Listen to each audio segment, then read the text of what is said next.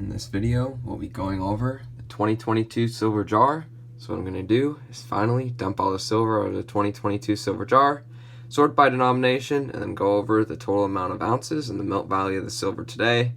So as you can see, the jar doesn't look very full. Did not get as much silver as the last silver jar by kind of a long shot for sure. $50 really were pretty slow for me this year, probably about 1 silver every 3 to 5 boxes on average, so that definitely brought the silver total down a lot.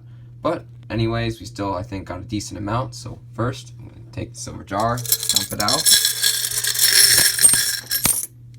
and sort it by denomination and what type it is, and I'll bring you back with them sorted in piles and a total look at what we got. Just finished sorting out all the silver from the silver jar. It definitely looks nice sorted out like this. We're just going denomination order, so we'll start with the war nickels. Ended up with a total of 31 war nickels on the year. Definitely no shortage of those, and I did try to put the nicest ones we found on the top. We did find a few pretty nice war nickels this year. Definitely take that, about probably $1 of melt value per, but definitely will take that. 35% silver for all those. Move on to the dimes next. Only 3 silver dimes on the year. I did hunt probably like 1 or 2 boxes, but didn't upload them because no finds in dime boxes. I don't think I've ever gotten a silver out of a dime box before. One of these silvers was from Pocket Change from the dump bank I dump at. Got a silver dime, that 1959. And then 2 trips in a row to that same dump bank. The coin machine does reject silver. And 2 trips in a row, I got these 2 silver dimes, a 1946 and a 64. So it's 3 silver dimes on the year. No really found any boxes in those, but 3 silver dimes just found in circulation in the coin machine. We'll take that. Next, for silver quarters, we ended up for 7 for the year, which is definitely up from last year. Did try to hunt more quarter boxes, although they're hard to find for me.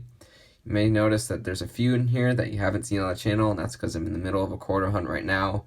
I'm doing pretty well in silver for that hunt, so definitely look out for that video. It's coming out soon, but 7 silver quarters, definitely doing well for those on the year, considering how few I've hunted.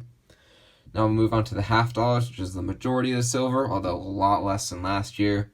40% silvers, we end up with 15, so we have 10 there, 4 there, and then this one here, which I'm just including for simplicity.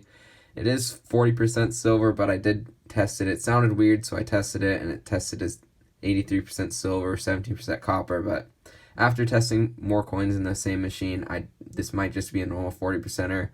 Can't really be 100% sure, but it just sounds really weird. It almost sounds like a magic coin would, but I don't know what's wrong with it. Might be something, might not be, not sure, but just including it with the rest of the 40s to make it easy.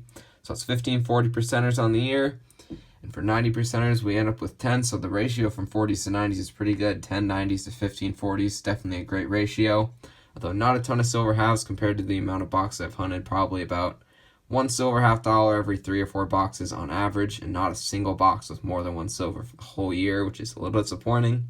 But still a decent amount of silver, so for the 10 90%ers, we got 9 1964 Kennedys, and did get 1 older silver for $50 on the year, a 1961 Benji we got probably about a month ago in November or so. So it's a pretty good amount of silver overall. Totaled up about 9.02 ounces of actual silver weight total. Last year we did get over 25.6 ounces, so definitely a lot less, but a lot of that was from a couple of epic $50 boxes, which we are definitely lacking on this year. Anyways, 9.02 ounces, pretty good overall for the year, and I did calculate the melt value of it. So the melt value price as I'm recording is about $24 per ounce. So then that computes to about $216 of melt value of silver found on the year, which I'll definitely take, although it's a lot less than last year. Still a good amount of silver found, and I paid face value for all of it, which is definitely awesome. Anyways, this was definitely a good year for silver in 2022. Hopefully in 2023 we can do a little bit better, at least get some more silver. Anyways, that was definitely a cool year for silver finding and corner hunting.